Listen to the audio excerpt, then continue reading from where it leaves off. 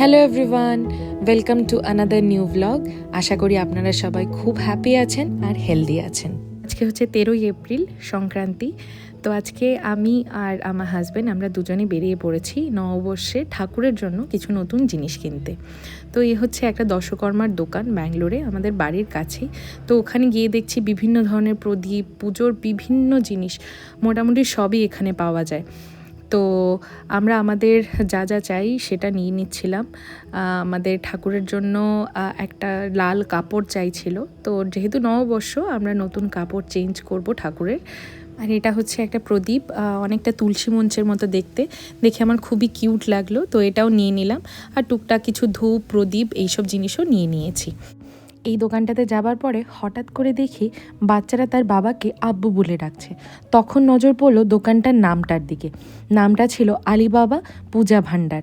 তো তখন আমি ওনাকে জিজ্ঞেস করলাম, আরে বাহ, এরকম তো দেখা যায় না, আপনি পুজোর সামগ্রীর দোকান চালাচ্ছেন? বলছে হ্যাঁ, ওনার বাবাও নাকি এই দোকানটা চালাতেন। তো সেটা দেখে আমাদের খুবই ভালো লাগলো। তারপরে আমরা ওখান থেকে বেরিয়ে পড়লাম আরও টুকটাক কিছু জিনিস নিতে। প্রথমেই কিনে নিলাম কিছু মিষ্টি। বাঙালি নববর্ষ আর মিষ্টি থাকবে না, সেটা কি হয়? তাই অল্প করেই কিছু মিষ্টি নিয়ে নিলাম। আর তারপর চলে গেলাম জিলিপি কিনতে। জিলিপি কেনার কারণ হচ্ছে ঠাকুর শ্রী রামকৃষ্ণ, ওনার যে জিলিপি ফেভারিট ছিল, তাই আমরা কিছু হলেই ঠাকুরকে জিলিপি দিই। আমি আবার আগামীকাল বেরিয়ে পড়বো আমার নিজের বাড়ি যাবার উদ্দেশ্যে, ত্রিপুরাতে। আসলে কথা ছিল নববর্ষের পরের দিনই যাবার, কিন্তু ফ্লাইটের কিছু গন্ডগোল থাকার কারণে আমাকে নববর্ষের দিনই যেতে হচ্ছে। তাও যাই হোক, অনেক কিছু বলে কয়ে কোনোভাবে ফ্লাইটটা দুপুরে করা গেল, যাতে সকালবেলা পুজো করে দুজনে একসাথে মিলে নববর্ষটা সেলিব্রেট করে তারপরে বাড়ি যেতে পারি। তাহলে এদিকে আমার হাজব্যান্ডের সাথেও নববর্ষ সেলিব্রেট করা হবে, আবার ওখানে শেষে গিয়ে 2 ঘন্টার জন্য নিজের বাড়িতে নিজের মা বাবাদের সাথে সেলিব্রেট করা হবে। আর সবথেকে মজার ব্যাপার হচ্ছে যে মা, বাবা, ভাই কেউই জানে না যে আমি নববর্ষের দিন আসব। সেটা হচ্ছে ওদের জন্য সবথেকে বড় সারপ্রাইজ। তো আমাদের জিলিপি কেনা হয়ে গেছে, এবার চলে যাব একটা ম্যাট নিতে। তো কেনাকাটা সব আমাদের হয়ে গেছে, এবার খাবার পালা, রাতে ডিনার এখানেই করে যাব। এটা হচ্ছে স্টার মার্কেট, আর তার ঠিক উল্টো দিকেই হচ্ছে সাংহাই কোর্ট। তো ওখানেই খেয়ে তারপর আমরা বাড়ি চলে যাব। আর হ্যাঁ, আপনাদের সাথে একটা ছোট্ট জিনিস শেয়ার করি। আমার বাড়িতে ত্রিপুরায়, নিশ্চয়ই জানেন।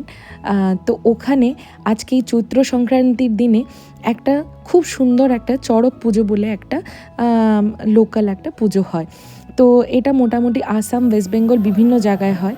তার কিছু ক্লিপ আমি আপনাদের সাথে শেয়ার করেছি, আপনারা দেখুন। আশা করি আপনাদের খুবই ভালো লাগবে।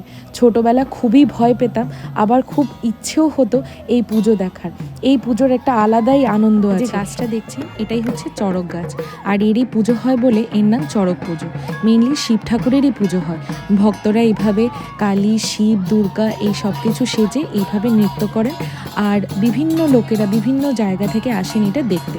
আমার বাড়ির খুব কাছেই হয় এটা। ত্রিপুরার বিভিন্ন জায়গায়, আসামে ও ওয়েস্ট বেঙ্গলেও এই পুজো হয়ে থাকে। আর শেষে ওনারা নিজেদেরকে এইভাবে হুক দিয়ে নিজের পিঠে গেড়ে এইভাবে ঘুরতে থাকেন। অনেকের আবার মানতও থাকে এইসবে। তো আমি আপনাদের সাথে আমাদের এক প্রত্যন্ত এলাকার একটা ছোট্ট ফেস্টিভ্যাল এইভাবে শেয়ার করলাম। আশা করি আপনাদের খুবই ভালো লেগেছে। আপনারা সবাই ভালো থাকবেন, সুস্থ থাকবেন। ভালো লাগলে একটা লাইক করতে ভুলবেন না কিন্তু। নমস্কার।